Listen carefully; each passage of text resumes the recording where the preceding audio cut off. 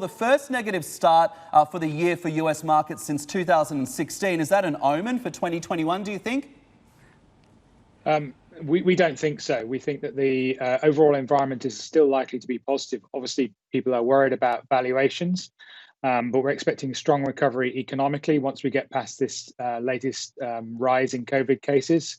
And that should then bring valuations down even as the stock market surges. So we have seen historically, at the beginning of September, we saw a similar sharp sell-off after reaching a record high. So that could lead to some short-term weakness, but we see that as a buying opportunity.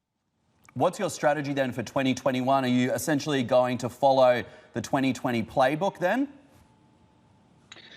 So, well, it's obviously going to be quite a different macro environment, we believe, or at least we hope so. If we look at the three key things that we're watching out for, obviously the COVID vaccine, how that's rolled out, that's been a little bit disappointing so far, but we see a strong incentive both in the UK and the US where COVID cases have risen sharply for them to accelerate the deployment of the vaccines that they have at hand.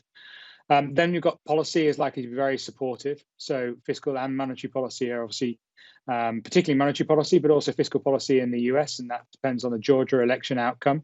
But we do see support coming through from there.